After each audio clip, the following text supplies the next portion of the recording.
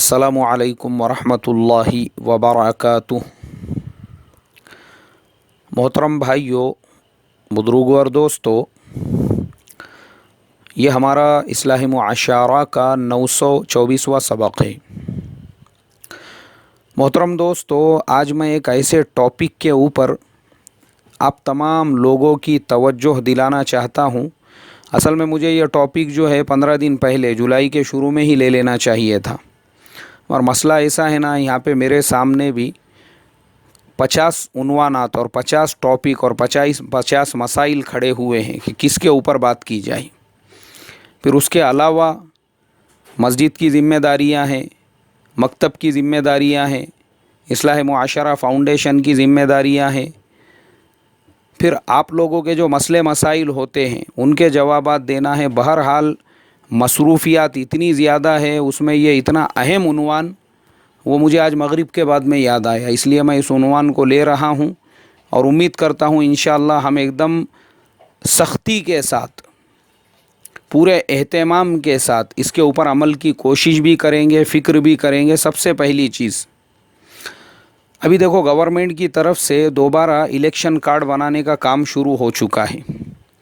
तो चूँकि मेरे मोहतरम दोस्तों, अभी हमारी ये जो गवर्नमेंट है, इनके अज़ाइम और इरादे जो है मुसलमानों के बारे में आइंदा NRC नाफिज करना है, जैसे आसाम में इन्होंने किया और 20 लाख मुसलमानों को उसकी जद में ले लिया।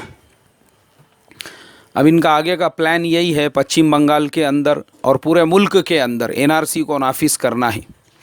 तो मैं बड़े अदब से आप तमाम लोगों से दरख्वास्त करूँगा, रिक्वेस्ट करूँगा, अल्लाह के वास्ते अभी इलेक्शन कार्ड बनाने का जो सिलसिला शुरू हुआ है, मेहरबानी करके सुस्ती काहिली बिल्कुल मत करो।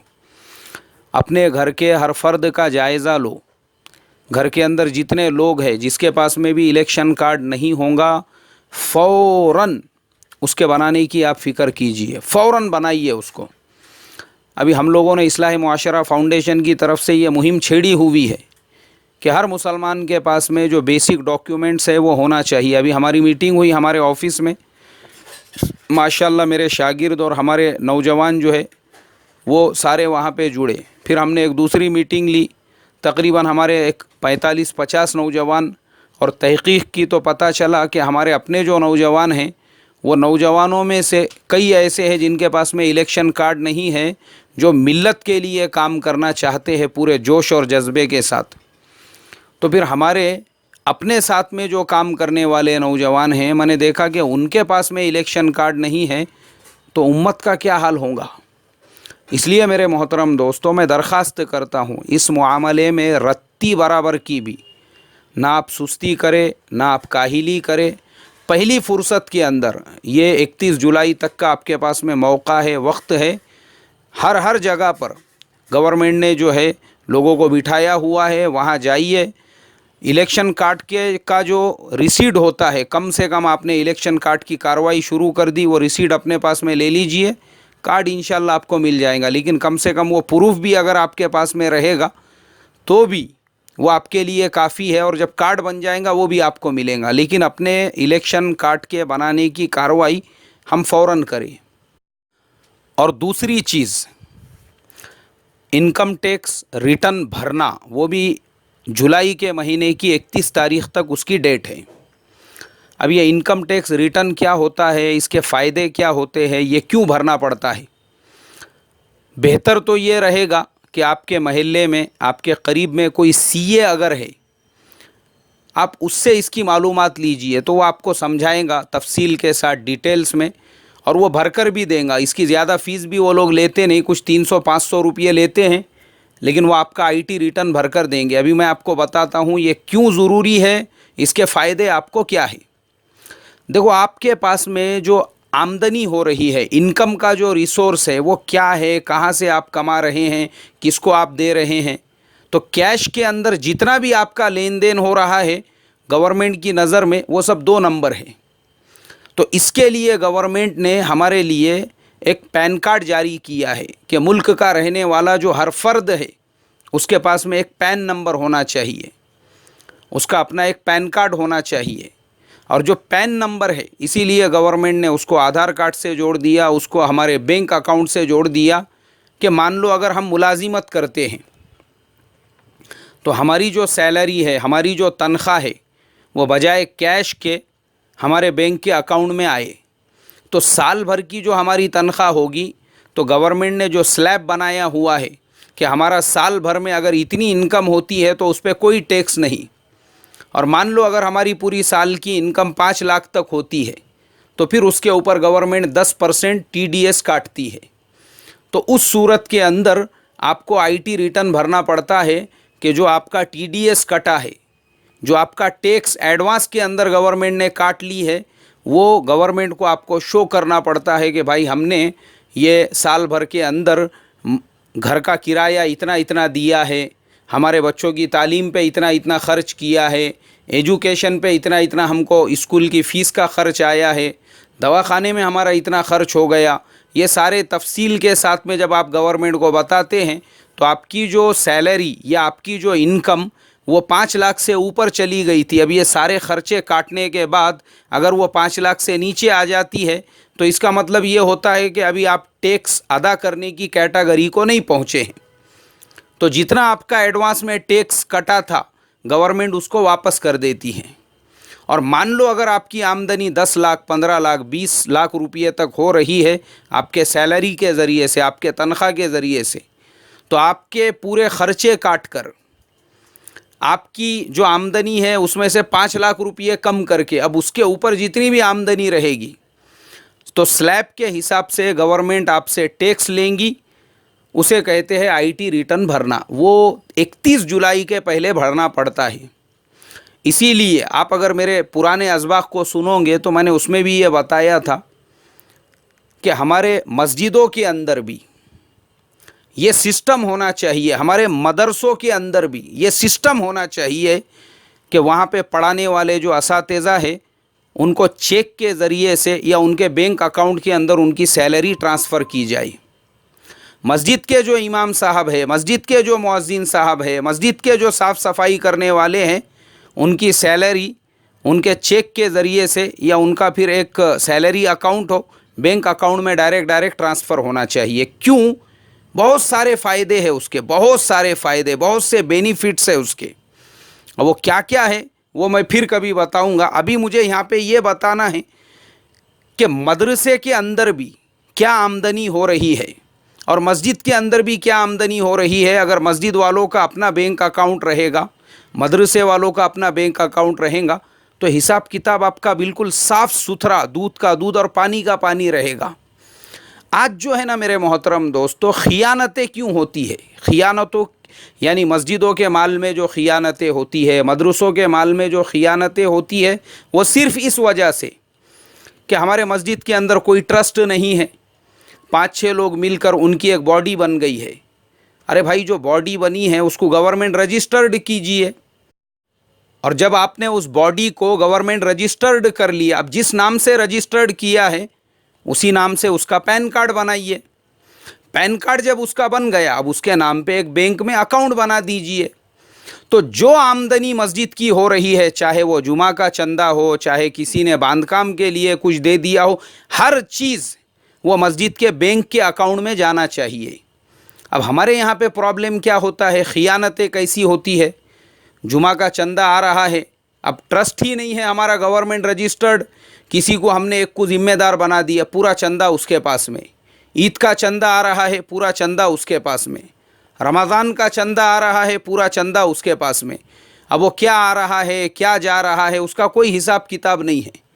वो बेचारा अपने बाप का माल समझ के वो पूरे माल के ऊपर, जैसे पहले ज़माने में ख़जानों पे अजगर सांप ऐसे एटाला डाल के बैठते थे ना, वैसा पूरा एटाला डाल के बैठा हुआ है अपने बाप का माल समझ के। खियानतें क्यों होती है? मस्जिद की प्रॉपर्टीज़ है, उसमें दुकानें बन गई है, और दुकानें बनने के बाद खुद ट्रस्टियों ने 500-500 रुपये महीने से वो मस्जिद की दुकानें किराए पे ले ली, और लेने के बाद वही दुकानों को दूसरों को 5-5 हज़ार रुपये के भाव से किराए पर दे दिया। क्यों? इनके बाप दादा की प्रॉपर्टी है, इनके बाप का माल है। ये माल तो अल्लाह के घर का है, तो इनको किसने ये हक़ और अधिकार दिया? सिर्फ़ इसलिए क्योंकि इनकी जो ट्रस्ट है, इनका जो बॉडी है, उसका कोई इलेक्शन नहीं होता, उसके अंदर जो है बैंक का अकाउंट नहीं है, हिसाब किताब पूरा बैंक के अकाउंट में नहीं जाता है। इमाम साहब को, मौज़िन साहब को, साफ़ सफाई करने वालों को जो सैलरी है वो बैंक के अकाउंट के थ्रू जाना चाहिए, सब कैश में जा रही है। तो ये सब इलीगल चल रहा है। ये सब जो जितना भी ट्रांजैक्शन है इसको 2 नंबर कहते हैं। और इसीलिए ये जो खियानतें होती है, मस्जिद के माल में खियानत, मस्जिद के प्लॉटिंग में खियानत, मस्जिद के दुकानों में खियानत क्यों होती है? इसी वजह से होती है कि ट्रस्ट गवर्नमेंट रजिस्टर्ड नहीं रहता, ट्रस्ट के पास पैन कार्ड नहीं रहता, वो पैन कार्ड के ऊपर बैंक का अकाउंट नहीं रहता, पूरा पैसा, पूरा हिसाब किताब जो है वो बैंक के अकाउंट में नहीं रहता। इसके लिए इस तरीके के 2 नंबर के कारोबार चलते हैं।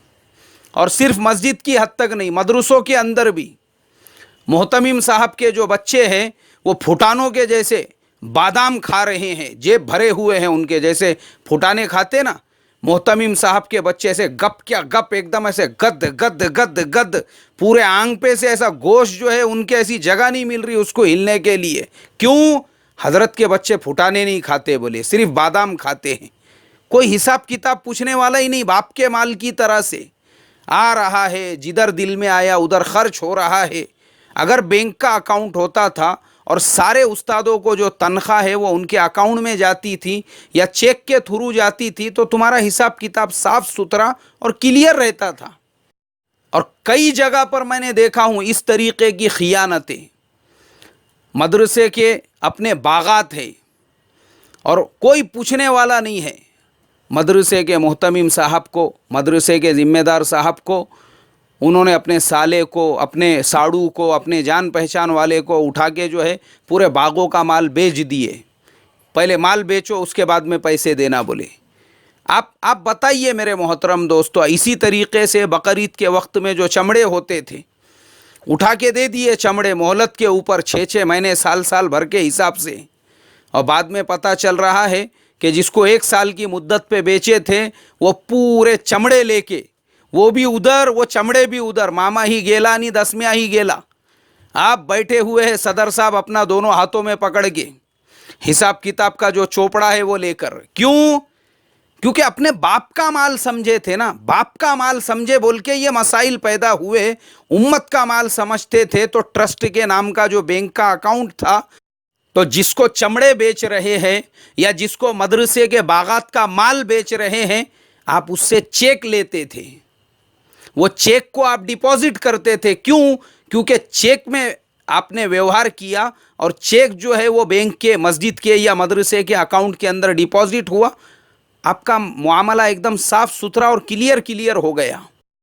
तो इसके लिए मेरे मोहतरम दोस्तों, आप चाहे जॉब करते हो, बिजनेस करते हो, मैं यही कहूँगा अपने बिजनेस का भी जो लेन देन है वो हम बैंक अकाउंट के थ्रू करें, चेक के थ्रू करें। अगर बड़े बड़े हम पेमेंट ले रहे हैं, बड़ी बड़ी पेमेंट हम दे रहे हैं, और पूरे एहतमाम के साथ हर साल किसी सीए को पकड़ के, अगर आप मस्जिद के ट्रस्टी है तो मस्जिद के पूरे ट्रस्ट का हिसाब किताब, मदरसा चला रहे हैं तो मदरसे का हिसाब किताब, अगर आपका व्यापार है, कारोबार है, या आप प्राइवेट जॉब करते हैं, चाहे कुछ भी हो, आप अपना पूरा हिसाब किताब किसी सीए को पकड़कर, बैलेंस शीट बनाकर और उसका आईटी रिटर्न भरकर अपने आप को सेफ कीजिए। ये डॉक्यूमेंट्स आपको इतने काम आते हैं। मैं 2009 से पूरे पाबंदी और एहतमाम के साथ में आईटी रिटर्न भरता हूँ। आज उसका बेनिफिट और फ़ायदा ये है कि बैंक वाले वो मेरे पीछे पड़े हुए हैं कि आपको कितने करोड़ का लोन चाहिए, वो हम आपको घर पे लाकर देने के लिए तैयार है। क्यों? बोले आपका हिसाब किताब एकदम क्लियर है।